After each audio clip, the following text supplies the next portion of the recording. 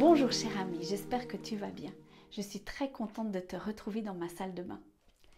Une fois n'est pas coutume, je vais te lire un conte qui se trouve dans un livre qui s'appelle Petit conte de sagesse pour temps turbulents. Je l'aime beaucoup celui-ci et je trouve souvent mes histoires là-dedans. Je te le lis pour une fois parce que je trouve que les mots sont bien mieux exprimés que ceux que je vais utiliser. Ces deux amis-là, un beau jour, se promenaient dans la forêt. L'un d'eux était aveugle, l'autre le conduisait, il lui tenait la main fermement en bon compagnon. Or voilà que sous les grands arbres apparaît soudain un dragon, une sorte de monstre informe, énorme, griffu, grimaçant. « Seigneur Dieu, dit celui qui voit, oh malheur, nous sommes perdus !» Il s'arrête, la bouche ouverte, se serre contre son ami. « Mais qu'as-tu vu ?» demande l'aveugle. Un monstre épouvantable entre les arbres, là, il bouge avec la brume. Oh là là, ses ailes et ses yeux! Est-il fait de chair vivante? Oh, je sais pas, il va, il vient, il se défait, il se recompose, il s'éloigne. Ah non, il grandit. Ferme les yeux, lui dit l'aveugle, et donne-moi la main. Allons. Il marche droit sur le dragon. Le corps de la peur se défait. Je pourrais aujourd'hui te parler de la peur, mais je vais te parler de la confiance, comme cet ami a fait confiance à son ami aveugle. Dans la vie, je suis quelqu'un qui donne très facilement ma confiance, et des fois ça m'a joué des tours. Mais cette semaine, il y a quelque chose qui est remonté à la surface et je me suis dit, oh là là, j'ai encore du boulot. J'ai beaucoup de peine à faire confiance à Dieu en ce qui concerne mes enfants. Tu vois, j'ai 3 enfants, ils sont adolescents. Et cette semaine, j'ai eu cette pensée. Cette pensée où je me suis dit, on en est là. En fait, je l'ai dit. J'ai dit cette pensée à Dieu, j'ai dit cette prière. J'ai dit, Seigneur, si tu touches un seul cheveu de mes enfants, ça va barder. T'imagines, je suis en train de dire ça au Dieu de l'univers. C'est gonflé quand même. Et en fait, je me suis rendu compte que ce domaine-là, c'était hyper compliqué pour moi.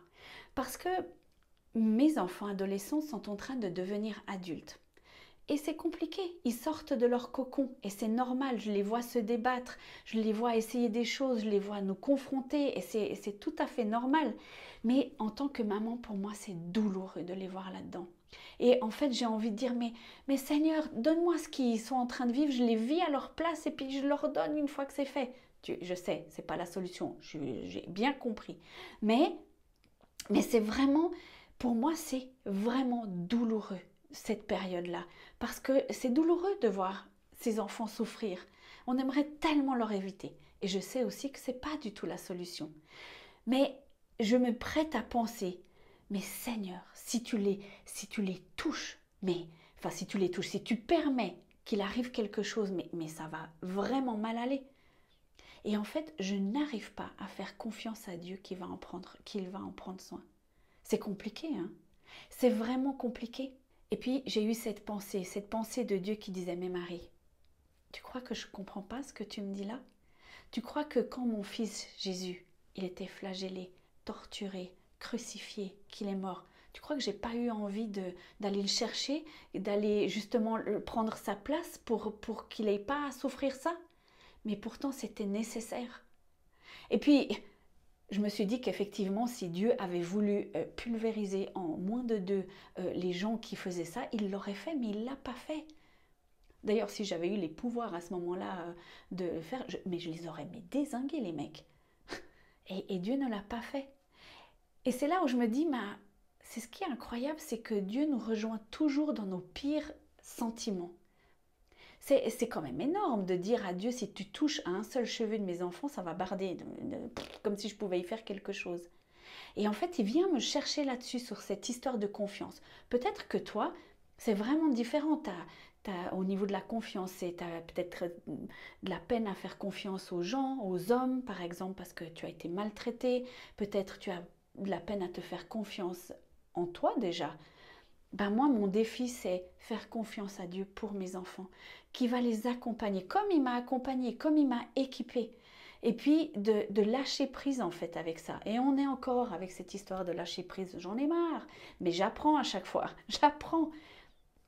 Et vraiment, de me dire, voilà, j'ai encore quelque chose à apprendre et c'est défiant. C'est défiant parce que ça va vraiment me chercher dans mes tripes.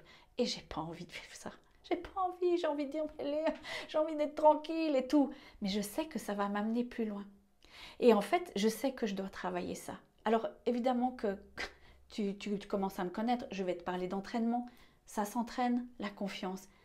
Comment je vais faire? C'est prier déjà et vraiment prier pour remettre et ça va prendre du temps certainement. Apprendre à connaître Dieu mieux et savoir que il est bon et juste et que toutes choses seront bonnes et justes, même et surtout avec mes enfants. Lire sa parole et apprendre qui il est. Alors oui, j'ai encore du boulot, vraiment du boulot, parce qu'avec 3 enfants, bah forcément, c'est pas parce que je fais le boulot avec un que ça va être facile pour les autres. Peut-être un peu, mais certainement pas. Je sens que je vais devoir refaire ça à chaque fois. Bref, mais c'est ça, mon défi du moment, faire confiance à Dieu dans les choses où j'ai pas envie de lui faire confiance, parce que ça me fait peur. Aujourd'hui, j'ai marché avec une de mes amies, avec Liliane qui écrit les mails hebdo. Eh bien, elle me disait, tu vois, c'est déjà bien que tu aies pu dire en face ce que tu pensais au fond de toi. Il le sait, Dieu. Il sait très bien ce que je pense. Mais de le dire et de le verbaliser, c'est déjà un premier pas vers la confiance, n'est-ce pas? Alors voilà, j'ai plein de défis devant moi. Ça va pas être simple.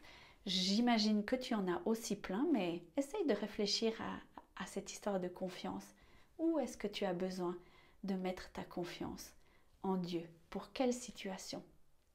Je te souhaite une excellente semaine et je te dis à bientôt.